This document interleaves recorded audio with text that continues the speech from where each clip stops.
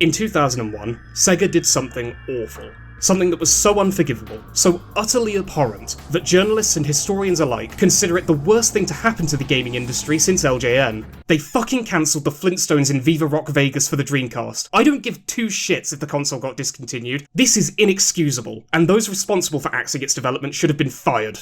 Equally egregious to some was the introduction of Omochao, who is frequently cited as the single worst character in the entire Sonic franchise. His voice, "Listen to me carefully, and you will learn a lot." The obvious hints he gives, "You can leap between the left and right rails while grinding." The fact that his tutorial for playing as Team Rose in Sonic Heroes is unskippable. These are just a few completely valid reasons as to how a cute little robot with a propeller on his head could gain such infamy. Here's the thing though. Omochao isn't the worst Sonic character. He's nowhere near close. What if I told you, against all conceivable odds, there was a character even worse than him, Chris Thorndyke, Princess Elise, and even Jim? I am of course talking about Super Mario. Fucking hell, where do I begin? First off, Mario has the personality of wet cardboard. Say what you will about these guys or this pack of frauds, but they at least have personalities, the bare minimum I'd expect from a character. And since Mario hasn't got one, I struggle to even consider him a character. The only one that so-called Mario fans ever seem to come up with when asked is that he's bright and cheerful. Okay.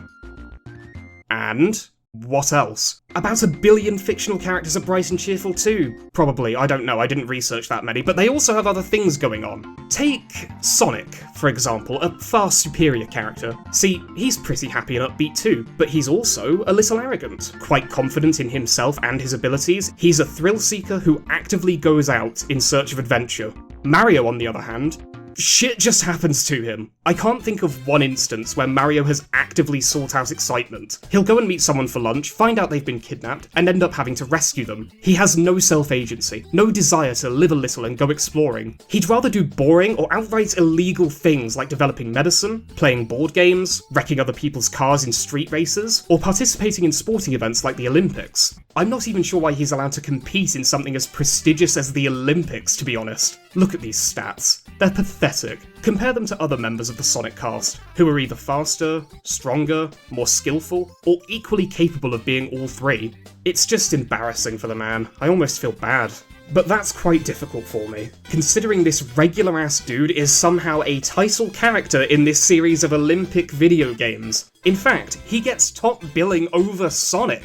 I might be a little biased here, but that doesn't exactly seem fair considering this is the only series of Sonic games he appears in. He couldn't even get into a mainline installment. And somehow, he got his own franchise. Now these are all very obscure games. I completely understand if you've never heard of Super Mario 64, which is kind of false advertising. It doesn't have anything to do with the number 64 at all. Sure hope somebody got fired for that blunder. Anyway, as it happens, there's a lot of Mario games, and a very large supporting cast of characters that...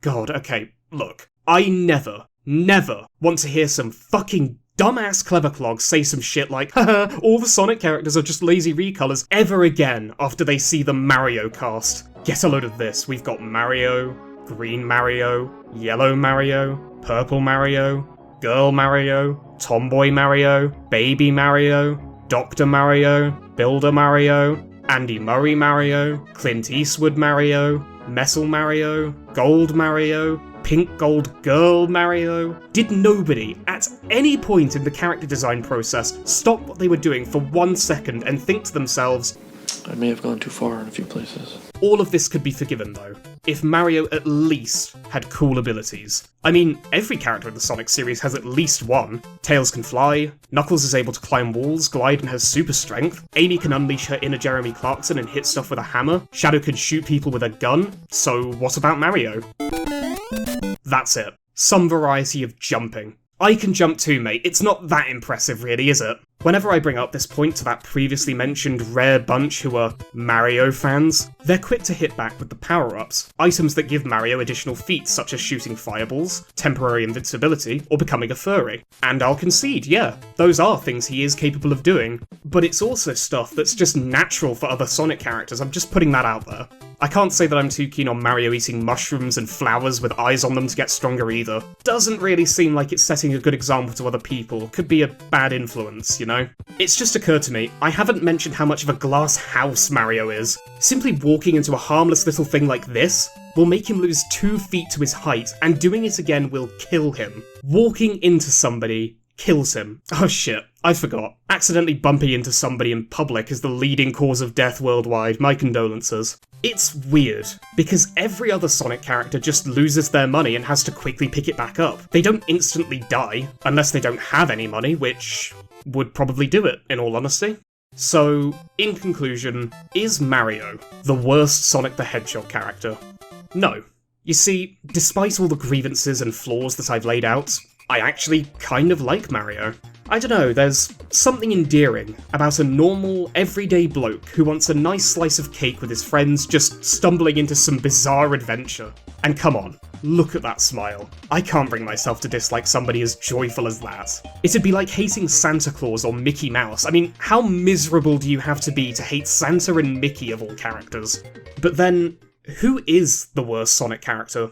I hate to cop out like this, but does it really matter?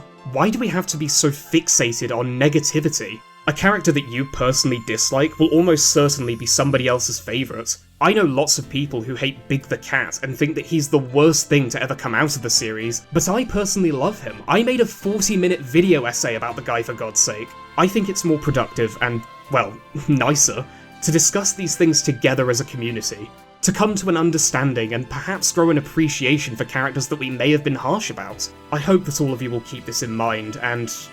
wait. Why the fuck is... Oh yeah, no, that's actually fair. Anybody in Wade's family would be an understandable pick for the worst.